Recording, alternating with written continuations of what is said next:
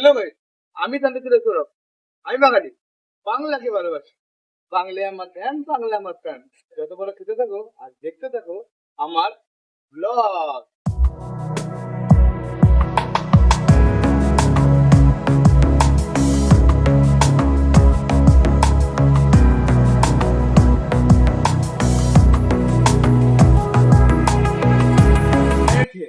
Karate আমাদের সবার শেখা খুবই দরকার।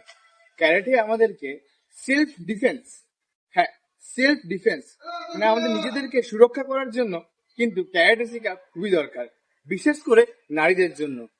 তোমরা যদি ফিমেল হও, তাহলে যদি তোমরা আমার ভিডিও দেখছো, ফিমেল হয়ে তুমি যদি আমার ভিডিও দেখছো, তাহলে তোমাকে বলবো তোমরা ক্যারাটেটা শিখে রেখো।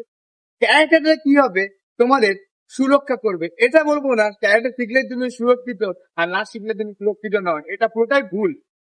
আমি তোমাদের এটার জন্যই বলে রাখছি, ক্যারাটে শিখলে তোমাদের যদি কোনো রকম ইনকেস কোনো প্রবলেমে পড়লে, তো এই ক্যারাটে থেকে তোমরা নিজেদেরকে ওই সিচুয়েশনটা ঠিক ওই পজিশনটা, মানে যে জায়গায় তোমরা ফাঁসবে, যে প্রবলেম পড়বে, সেইখান থেকে কিন্তু তোমরা বেরোতে পারবে।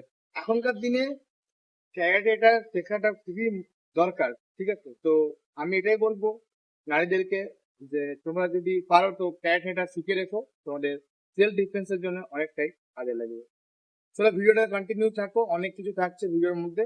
আজকে একটা ক্যারাটে চ্যাম্পিয়নশিপে এসেছি, কি হচ্ছে সমস্ত কিছু থাকবে ভিডিওর মধ্যে, ভিডিও কন্টিনিউ। এখানে ক্যারেটের কম্পিটিশন চলছিল, যেখানে উপস্থিত ছিল ডিস্ট্রিক্টের সব জায়গার ক্যারেটে কোচ। আর এখানে যারা সিলেকশন হবে তারা সোজা চলে যাবে একদম স্টেটে। ক্যারেটে শেখায় সাহস, শৃঙ্খলা আর আত্মরক্ষার শক্তি। হার না মানার মনোভাবই একজন যোদ্ধার আসল শক্তি। ঘামের প্রতিটি ফোঁটায় লুকিয়ে থাকে জোয়ারের গল্প। ক্যারেটে শুধু খেলা নয়, এটা আত্মবিশ্বাসের পথ। ক্যারেটে হার জিতের বাইরে ক্যারেটে শেখায় ধৈর্যের নিয়ন্ত্রণ। যে নিয়ন্ত্রণ অনুশীলন করে সাফল্য তার কাছেই আসে প্রতিক্ষণ।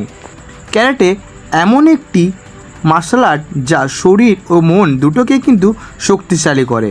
এটি শুধু আত্মরক্ষার কৌশল শেখায় না, বরং শৃঙ্খলা, সম্মান ও আত্মবিশ্বাসকে গড়ে তোলে। নিয়ন্ত্রণ ক্যারেটে অনুশীলনের মাধ্যমে একজন মানুষ ধৈর্য ধরতে শেখে, রাগ নিয়ন্ত্রণ করতে শেখে এবং কঠিন পরিস্থিতিতে সাহসের সাথে দাঁড়িয়ে থাকতে পারে।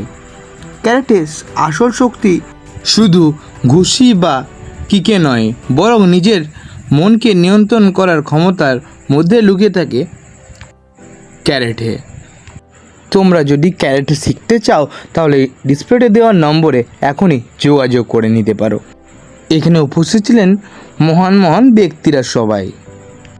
তারপর এখানে দেখতেই পাচ্ছ চিফ গেস্ট যারা ছিলেন তাদের সবাইকে কিন্তু সম্মান জানানো হচ্ছে ইতিমধ্যেই। এখানে উপস্থিত ছিলেন জয়দেব মণ্ডল, তেনাকেও কিন্তু সম্মান জানানো হলো। অর্গানাইজ করেছেন karate do association of Bengal Rabindranath Thakur, যার জন্মদিন ছিল 25শে বৈশাখ। তবে আমরা দেখেছিলাম তার কয়েকদিন পর, কিন্তু মনেই হয়নি যে আজকে তার জন্মদিন নয়। যখন এই নাচের প্রদর্শনী দেখলাম তখনই মনে হলো যেন আজকেই তার জন্মদিন। রবীন্দ্রনাথ ঠাকুরের নাচের প্রদর্শনের পর আরেকটি গানের প্রদর্শন কিন্তু মা দুর্গার নিয়ে আসে এরা। এদের গ্রুপের নাচটাও কিন্তু খুবই সুন্দর করেছে এরা। তারপর নাচের টিচারকেও সম্মান দেওয়া হলো। যদি ভিডিওটা ভালো লাগে তাহলে একটা লাইক, একটা কমেন্ট, একটা শেয়ার করে দিও।